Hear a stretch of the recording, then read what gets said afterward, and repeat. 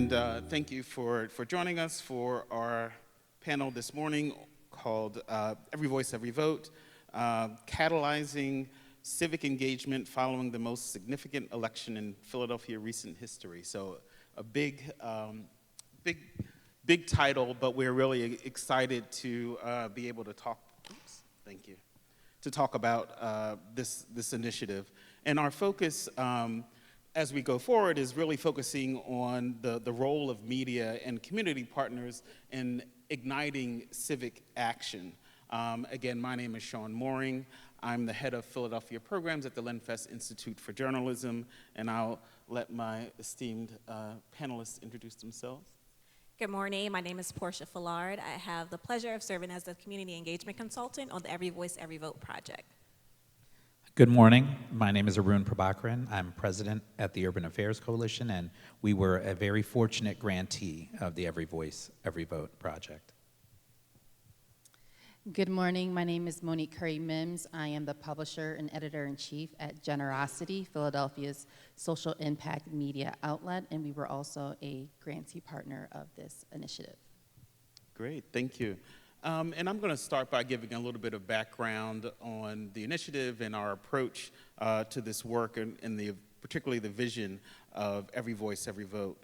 And this initiative was initially launched in 2022. We actually came last year to talk about some of our early findings when Collaborative Journalism Summit was in DC.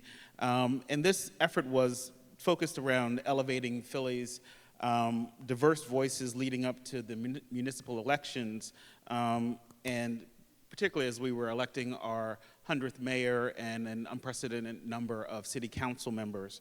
But one of the things that, as we look at kind of the vision, EVEV was designed to connect newsrooms, community organizations, Philadelphia residents, all in an effort to focus on the issues that mattered the most to Philadelphians. And our vision for Every Voice, Every Vote was to put in the center an informed and engaged residents of Philadelphia. And to achieve this, we engaged community partners, and we engaged in community listening and survey research that helped to inform our community partners in their engagement efforts, and then also our media partners to produce high-impact journalism. And then in addition to both of them, we also engaged social media ambassadors who, along with our community and media partners, lifted up a unified messaging around the issues that were most important. And in terms of our approach was to ensure that we employed an inclusive process that prioritized people over politics, and that really shifted the focus from the crowded list of candidates, but really focused on the issues. And as we focused on solutions journalism and accountability, it was our hope that we would be leading us towards a more unified democracy that works for everyone. And now I'll turn it over to Portia to talk a little bit more about our partners in the research. All right, great. Thank you so much, Sean. And so our three core partners were our media partners, community partners, and social ambassador partners, as Sean shared. For our media partners, we prioritized community-based media, wanted to make sure that they were representative and reflective of the voices that we believe needed to be amplified during this time. And our media partners were diverse as far as print, digital, radio, television, and so much more. When we looked at our community partners, they were nonprofit organizations that were already doing the work. They were trusted messengers in their community. They had relationships there already, and so we really wanted to resource them, to support them, to do what they're already doing and do what they were already doing, and grow their impact and their approach to really engage everyday Philadelphians around the conversation for that for 2024 election, 2023. And then our social media influencers, that was a very unique engagement that we participated in.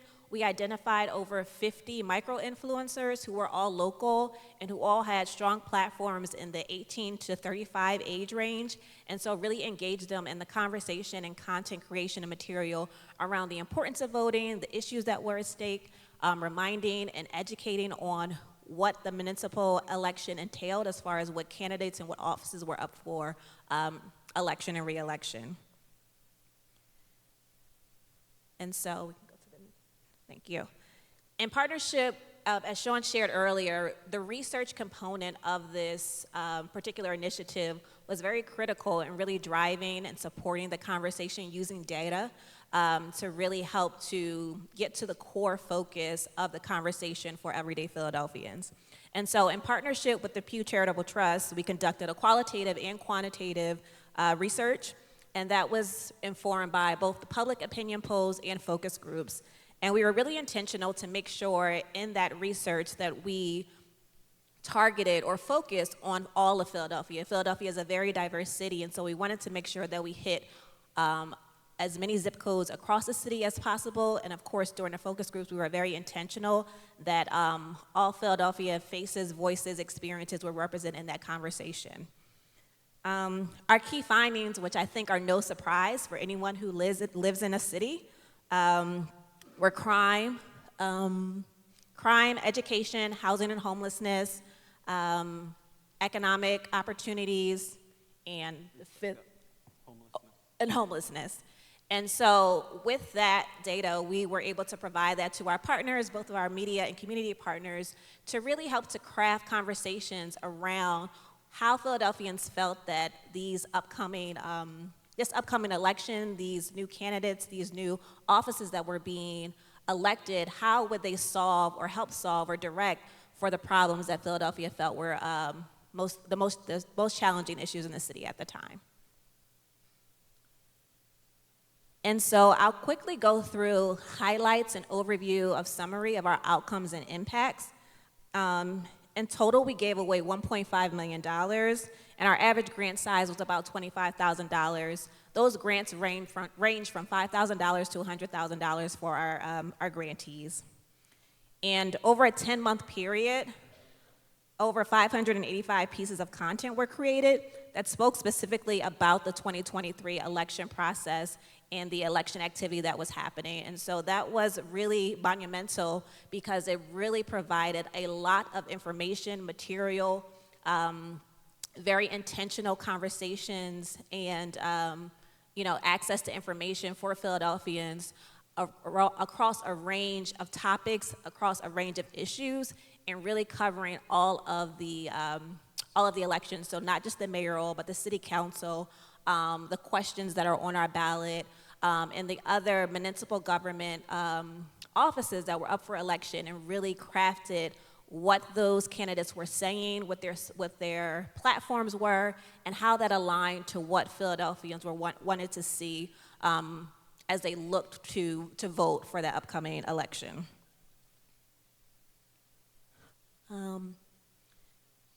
And so this Every Voice, Every Vote allowed us to bring over 130 partners, 2 of which you will hear from very shortly. Our partners produced over 365 projects, and so those projects range from forums to community listening sessions to voter guides, youth-led summits, just a very diverse array of engagement, civic education and literacy opportunities, again, that really spanned across the entire city of Philadelphia. We were able to support the production of voter and civic engagement materials being translated into 15 different languages. One of the things that we learned, that language access was a huge barrier for a lot of communities when it came to voting and voter education across our city. And so with Philadelphia being as diverse as it is as it pertains to age, culture, background, religion, sexual orientation, our partners were able to reach 15 unique community groups, and that means that they were able to create those civic engagement opportunities with those specific groups at the core and at the core of what they were of the activities that were provided. And lastly, our collective audience reach was over 16.5 million. So we're just really excited about what we were able to do in 2023, and really excited for what's next. And so now I'm going to pass it over to Arun and Monique to share their experiences. It's going to turn on in 1 second, right? There you go. There we got it. go. You're on. So again, Arun Prabhakaran, President of the Urban Affairs Coalition. So just so you know a little bit about the Urban Affairs Coalition, I'm going to talk a little bit about Philadelphia. I'm going to tell you what we did in our project, and then I'm going to hand it right over to Monique. All right? So first, the Urban Affairs Coalition is the largest and oldest black and brown-led fiscal sponsor in the country. That means we're a home for nonprofits, and we bring in groups that have great ideas and give them help to be able to start their own work and sustain it. Some people joined us last year. Some people have been with us for 30, 40 years. And so we have rich, deep connections in Philadelphia's communities of color. And what we oftentimes don't see is that our communities are complex. So somebody may see me as the president of this organization and think that I am the grassroots leader. What I know from the work that I do is that there's 4 other layers below me. And we are always trying to be extremely respectful of everyday residents, their neighborhood organic networks, the organizations that serve them at the neighborhood level, the citywide organizations that are our colleagues and our peers, and then, of course, the opportunity to work with all of them to get community voices from the ground up into the discourse. So I want to just thank the Lenfest Institute again. Without this work that they put together and allowed us to participate in, we wouldn't have had this integrated approach to our community engagement process over the last year. And so for us, our mission is to unite government, business, neighborhood, and individual initiatives to improve the quality of life in the region, build wealth in urban communities, and solve emerging issues. So we work on trying to drive actionable policy and really trying to fill gaps that are critical in community programming to do that work. And so a lot of that time, it really relies upon advocacy. It really relies upon hearing real needs from community members to solve those problems. So for us, this was an exciting and novel process because we had done community listening sessions forever, for decades. We did mayoral forums every time that the mayoral runs are happening every 4 years, we do those. We did our big citywide survey where we surveyed over 2,000 Philadelphia residents shortly after George Floyd died as a part of our Ending Racism partnership to look at what are those issues. And then this kind of came in a timely way that helped us sew this all together. So the framework for our project was essentially we were going to do some mayoral forums, launch a citywide survey, collect that data, feed that back to the mayoral candidates in the general election, along with information from community listening sessions from residents. So that was our framework. And a couple things you need to know about Philadelphians. A friend of mine joked that in California, everything works and nobody cares. In Philadelphia, nothing works and everybody cares. Okay, so the police department doesn't work, the school system doesn't work, the highways, potholes, blow your tires out, trash isn't picked up on time, nothing works, right? And I say that not as a critic. I'm a former government official myself, so I was the chief of staff to the district attorney of Philadelphia, so I know how the criminal justice system does and does not work, and many other systems. So I want to just say that. And then I want to kind of highlight the fact that, this kind of thoughtful approach to community engagement really rests upon our spilling all the papers onto the floor, but also 50 years of being civically engaged with communities, right? Of working from the civil rights movement forward, because we were really born out of the civil rights movement. When Dr. King was assassinated, civic and community leaders came together for fear that there would be urban unrest. And arguably the most powerful Philadelphian at that time, Charlie Bowser, a black attorney, was able to bring the business leaders and community leaders together to both raise money on Easter Sunday, $2 million to create programming for black communities in the 60s, but also to be able to keep that coalition together for a long period of time and keep those voices going. So let me get down to the crux of it here. So what we did, very simple. When we had a mayoral forum, we had all the candidates there. We interviewed all of them in the background before the forum to get a sense of what their positions were on a lot of questions. But we also integrated questions in the registration format. So we had 200 people attending, and each one of them had an opportunity to ask their questions they wanted the mayor to have. We sifted through all of them, found which questions were most representative of the audience as a whole, and then asked each of the candidates those questions. They were generally questions that were focused on youth issues and issues affecting poverty and crime. So The other thing you have to understand about Philadelphians is that they're a very savvy group in the aggregate. So the surveying that Pew has done, Pew, charitable trusts, I'm sure you've heard of that if you watch NPR.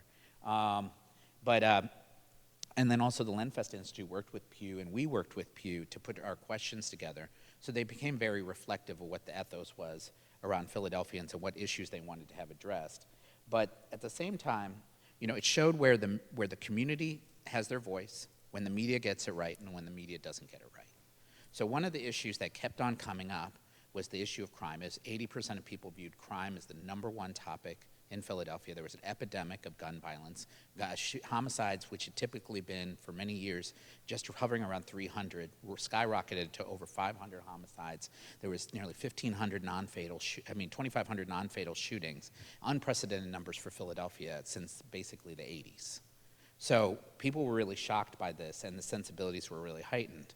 So where people got it right was really talking about crime as an issue, and then also connecting that to the points that Portia made around job creation, school, education, youth programming. But where the media didn't get it right was around the facts. And this was, I think, what really amplifies some things that are important for the community voice to raise as opposed to the mainstream journalism that's done. So what they didn't get right was the media has a tendency when youth violence occurs to amplify, to really stoke moral panic around an old racist trope, which is that young black men are dangerous. And the reality is that city council, in conjunction with every law enforcement agency in the city, and a judge, did a report called the 100 Shootings Report. There's really 2,000 shootings they studied. And they found that 50% of all the gun violence was happening because of arguments. And the vast majority of the gun violence was happening with people who were much older than young people. So the media was creating a frame that it's young people shooting, black-on-black youth violence. The reality is a lot of older people are getting arguments in neighborhoods where they feel unsafe, where they don't trust the police, and they resort to, we want the voice of God now. They resort to violence. That was some place where the media didn't get it right and was refusing the frame. So we were able to elevate that question as a central question in the documentary we produced that we had asked the candidates about. And then we rolled into the summer, we released our survey. It was fantastic because it really validated a lot of the things that we had been observing and saying. And then we had the opportunity to take that information back to the very community organizations that are working on those critical issues, right?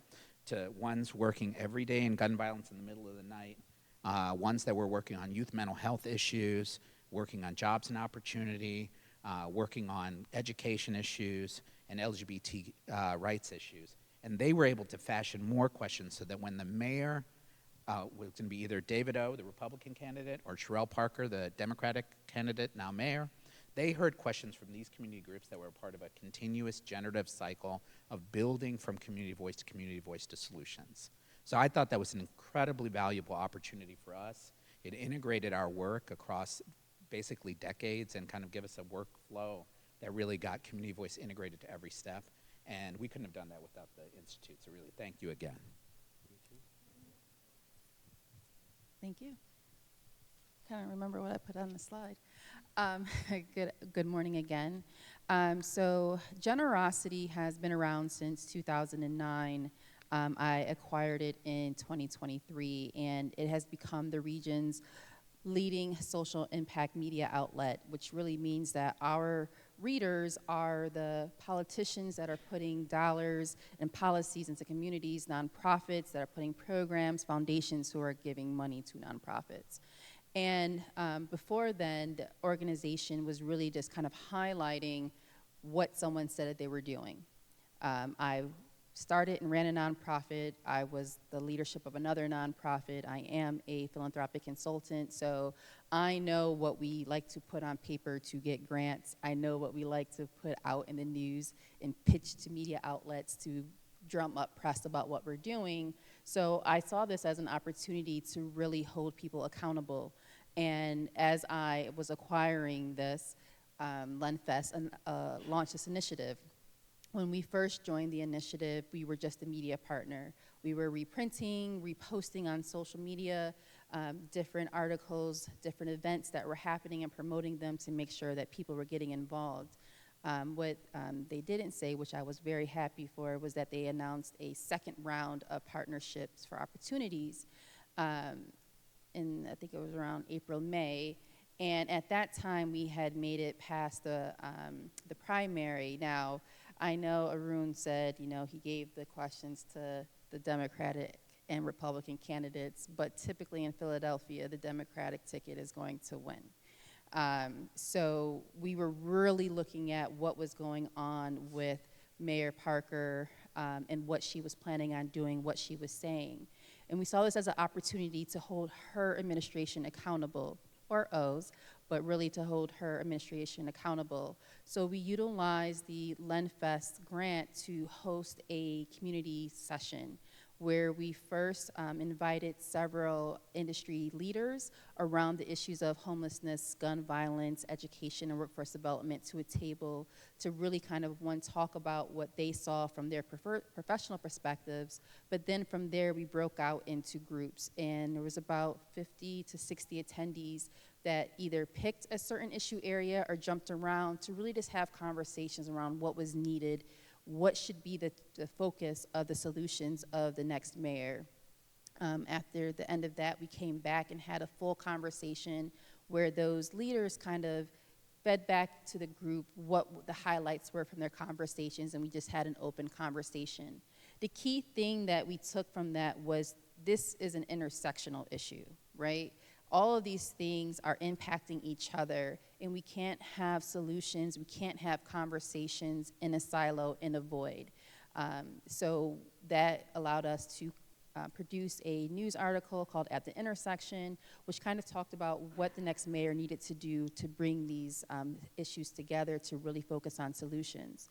Not only that, as a solutions journalism focused outlet, we like to engage with our audience and with our community members. So we put surveys and feedback instruments into all of our articles, and we allowed for people's opinions from the community, going to community events, engaging with them to understand what more was needed.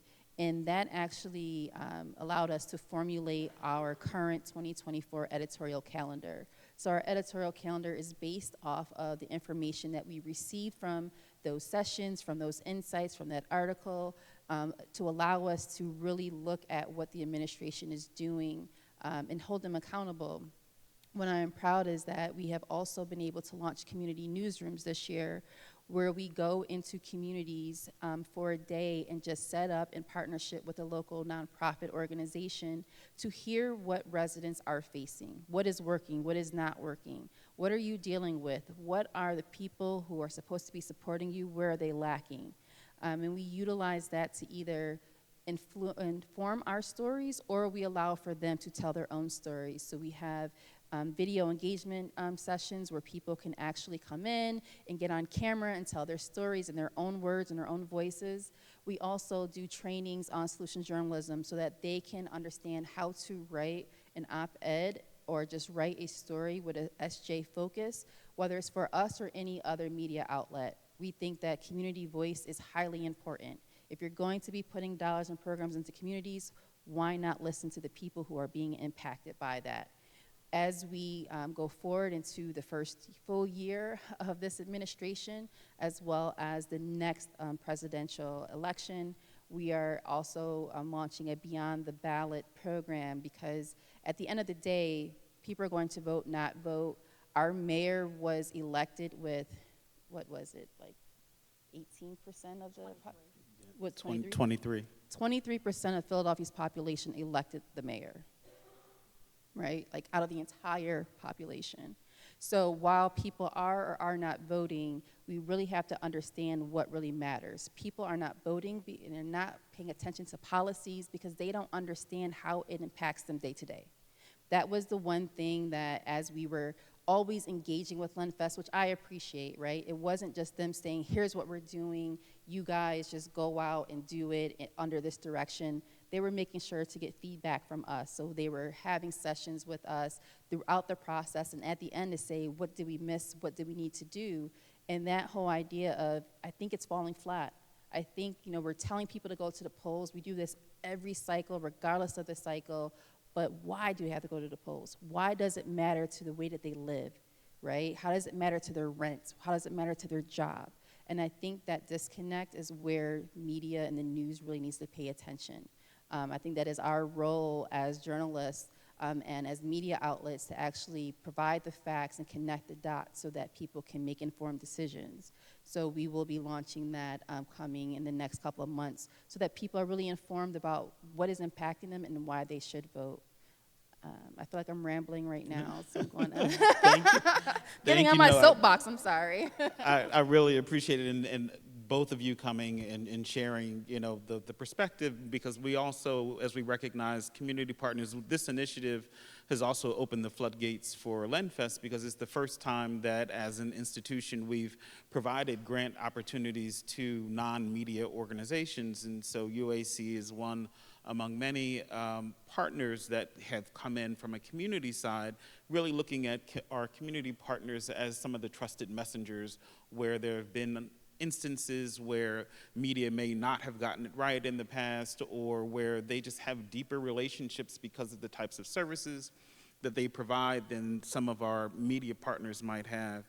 And so as we're looking forward to this next iteration of Every Voice, Every Vote, our focus is really on civic engagement. As Monique mentioned, we did a lot of listening throughout this process, and one piece of information that constantly came back was that if LendFest was serious about this work, that we needed to continue this initiative beyond an election cycle. And so where we are now is really looking at how do we move from a kind of disjointed and fragmented news and information about particularly what's happening in City Hall and around issues that are most important, to really continuing this connected and sustained effort to link both communities and our media partners to the information that they need to make an informed decision.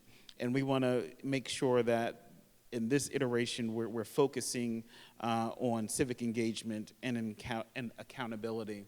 And as we move forward to, yes, you see kind of the new graphics and really kind of putting an emphasis on these issues around being heard. And so we're continuing to support opportunities for community folks to talk back to our community partners, to lend their voice in their support of or in engaging with media. And we're also supporting both legacy media, we're supporting a lot of community media, smaller entities that are digital first or that are podcasts. We're really making sure that all corners and all segments of the population have an opportunity to be engaged, to hold accountable not only our city officials, but make sure that community members know what they need to do to get engaged in the civic process, right? So I think the accountability flows both ways, and then of course always creating opportunities for folks to take action. Our current, as we are in the middle of reviewing the current set of applications. We received 95 applications for this next phase of our work, with a total requested of over $8 million in support requested, of which we have approximately 2.875, so just about $2.9 million to disperse in this next round of support. And so we're really excited about the proposals that we have and where folks are looking to continue this engagement work. But I wanted to also leave a few minutes for any questions of myself or the panelists as we wrap up. Thank you.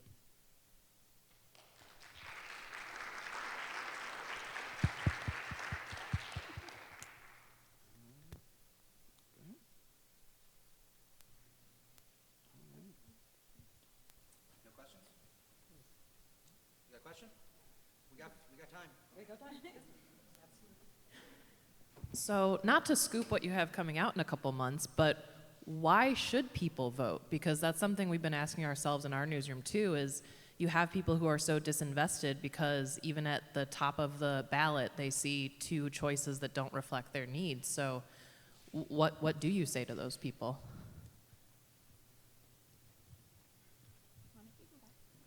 Get engaged.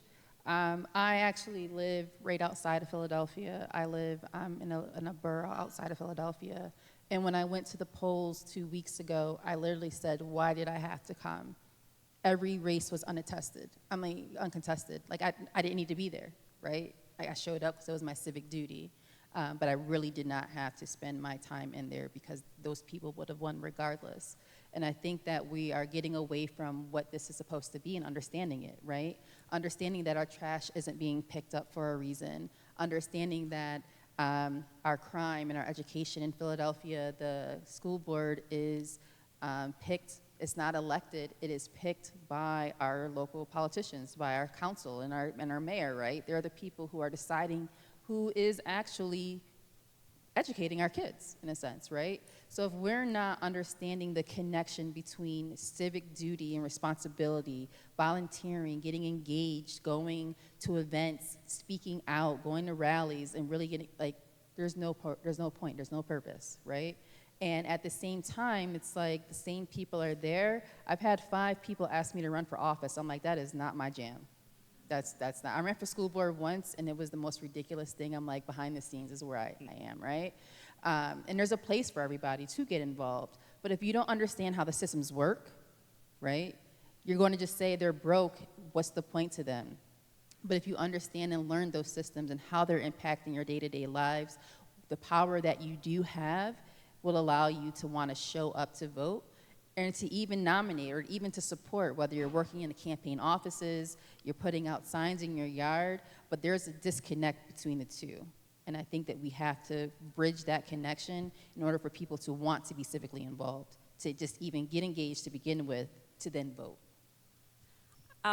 We get asked that question a lot, and my question is always, why not vote, right? So, but on top of that, definitely piggybacking off of what Monique shared, what we realize is people don't understand why we're voting. And so we had a really great partner, Committee of 70, that we worked with, and they created these infographics that really provide a diagram on how city government, specifically because we were focused on the municipal elections, impact crime, right? What does city council do? What does the mayor do? What does the Department of XYZ do, right? Because it's not just the mayor's office, it's not just city council's office, it's a lot of other departments and other influences that we just don't understand how those structures work. And so they really focused on those key areas that we highlighted: education, crime, housing, workforce development, and provided insight on what are the bodies of government, what are the governmental structures that impact that, to just really create that baseline of understanding when we're asking people to get civically engaged. Why here? Why vote? Why show up at your community to listen? Why show up at your community meetings? Why do you need to attend zoning sessions? All this information that impacts our daily lives, how to become engaged, why become engaged, and how that impacts daily. Yeah. Thank you so much for your presentation. I'm just wondering how you incentivize people, community members, to come out to listening sessions and debates and conversations. Like, is there honorariums? How do you convince people to take time out of their busy days to come and show up? Yeah, so we definitely did provide honorariums for like the surveys and the focus groups and things like that when we engage folks in that respect. But the other thing we did with Every Voice, Every Vote was to not make everything kind of center city focused. So a lot of times it would just be in the either high voting areas in the Northwest, but we had sessions in the middle of South Philly and North Philly. We took it to communities to make it as accessible to them as they could. Some of our folks also provided childcare services, they provided food, and then through the grant making that we did and being able to provide those resources so that they could make it as accessible and easy for people to participate as possible. I'll just add, we trusted the community partners to know their community and what they needed to provide them with to incentivize or make them feel connected and desire to participate. And I think that's the importance of having community people that are community-led organizations are in the community, because they know how to connect with that demographic and trust in them that they know, that they have that information, those resources. I know you're all Philadelphia-based, and Philadelphia is a very blue city, but it's a swing state. And so have you thought about how this would work statewide, or are you thinking about doing this statewide like in the rest of Pennsylvania? Because this is all incredibly inspirational, and I feel like it could work on the whole state level, but I'm curious if you've thought about that. Yeah, so we haven't, Every Voice, Every Vote is, again, very much Philadelphia specific. One of the things that we are in the process of doing is thinking about what does it take to develop kind of a toolkit, what are the kind of key components, and we kind of laid out what are the areas that we're focused on, but then also in terms of having a backbone organization like a LenFest to help manage and facilitate some of those efforts. And so we are looking at, and we are talking to other communities have reached out to us to get information about the process. Hi, I had a similar question. I'm Emily Holden. I'm the executive director of Floodlight, and we work all through partnerships, and we work with a lot of local news outlets in Louisiana. I think we would love to try to reproduce something like this. We've talked about it a lot, but how would you go about finding the right local community organization to work with, and also making sure that the groups we're working with actually have funding to do this? Because I think you would have to hear the argument both from them and from the journalists that this is something that's necessary, and that's the sort of thing that these groups haven't done together before, especially because I think some of the groups that might do a good job of this are seen as sort of more progressive in that community. There aren't really others that aren't, and so how would we kind of, as journalists, kind of protect our independence from those groups and make it clear that we're participating in a different way than them? How would you navigate those things? Yeah, so definitely it is not a cheap endeavor. The total budget, we were giving out just about $3 million. The total project is about $4 million, and so we have a number of funders that have partnered with us. LenFest contributes. William Penn Foundation is our lead sponsor, Comcast. So we have a number of philanthropic partners that have provided resources to manage this effort, and then there's a 4-person team at LenFest that manages the work internally. So it is definitely kind of a labor-intensive effort, and so to the extent that you have partners that are willing to contribute, and then really both understanding that we have some very basic guidelines, nonpartisan, always fact-based, and so I think there is some vetting in terms of partners, in terms of being of like minds and understanding what those processes are, and then we did a lot of engagement with political leaders, with foundation leaders, and civic leaders as in the lead up to this effort as well. I just want to be clear, your question is how did we identify which community partners were the best partners? How might you go about building something like this in a different community? Sorry, say that again. Yeah, how might you go about building something like this in a different community? Or what if the community partners don't exist? What if the right partner isn't there yet? Right. So my response is going to be biased, being the community engagement consultant. I think identifying someone who has been paying attention, right? And I know Philadelphia is a very unique city, is unique in the way that we just have a lot of community partners. And so from my experience, I've spent years in the community understanding what organizations are doing what, citywide, neighborhood-wide, and then just relationships that I have too, having those conversations with people asking, hey, I don't know who's great in North Philadelphia. I don't know the best organization that may be connected to the Asian American community, and just being very open and honest before some of the pre-work of the Every Voice, Every Vote, Every EVEV project was identifying just stakeholders across the city and, again, allowing them to share what organizations they have worked with, what type of work. So it really does take a lot of research and intentionality and openness, right? Because we're not going to always get it right, but just being mindful that we don't have all the answers, we don't know everything, and just really trusting that there are partners that are doing the ground in spaces that we'll never be able to touch, and just being, just being open and giving them the flexibility to do so.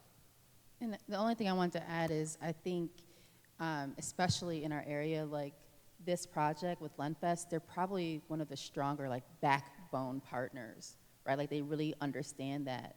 And it allowed for partnerships to organically happen. Like they were building community. Like you're like, oh, we gotta go to this EVEV meeting on my Zoom, right? And then you hop on and you're really like building community with people. And out of that came, like, I now have a partnership with C70, right? Like, they were like, oh, come be our partner for this mayoral forum, right? Like, so there were things that were happening that we were building community amongst ourselves that allowed for this to flourish. And I think that that is a testament to the community building that they were responsible for and their role as a backbone organization. Just add one thing to that. They played a facilitative role to a community that was already hungry for this information. These elected officials that were candidates were worn out. There were so many forums. There were like 3 a day. They were whining and complaining like they weren't trying to have a job interview for a $6 billion CEO position. They were like, whew, I'm so tired. Can't do another forum, right? But the reality is that if you want a job like that, if you want to take a city that's been struggling with multi-dimensional civic issues for over 60 years and say, I'm going to be the person who's going to take this in the right direction, maybe you need to show up at all 3 a day for 5 months. One of them was actually called the ultimate job interview. Oh, was it? Yeah. See, that was on the nose, right? Just to close out that thought, do you think it would be hard for the newsrooms themselves to be the facilitator? Because it sounds like a big job that is not necessarily newsmaking. Yeah, I mean, part of this, because it is very much a collaborative effort, I think it needs to live probably outside of a particular newsroom, unless that newsroom is really focusing on that collaboration aspect. I guess probably last question. A lot of the people in the room and nationally are dealing with disengaged readers, and there's lots of attempts to rectify that. I personally feel that the closer you are to your own block, the closer you are to your own community and the community members that you're talking to, the more trust there is, the more we can engage readers. Did you come across some of that same, something parallel in disengaged voters? It seems like you were really granular about getting down to the grassroots level.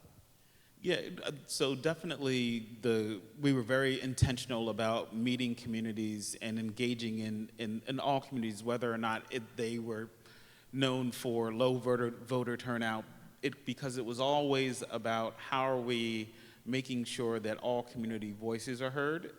And one of the things that we were very cognizant of is that having more information doesn't always translate into more folks turning out to vote. They may be even more disengaged after they learn more about all of the candidates and they don't like any of them and they just may decide that they don't want to show up. But we definitely had one of the most informed, or at least the level of information that was available. People had access to no matter where they were, what part of the city they were in, or what they were interested in, and it was also about focusing on the issues that mattered the most to them, and not just the array of candidates. Yeah, and I'll recognize it's a marathon, it's not a sprint, right? We use this very unique time to catapult this initiative, but there is still so much work to do. I think that, what you heard up here, at the core, it's a lack of education and understanding.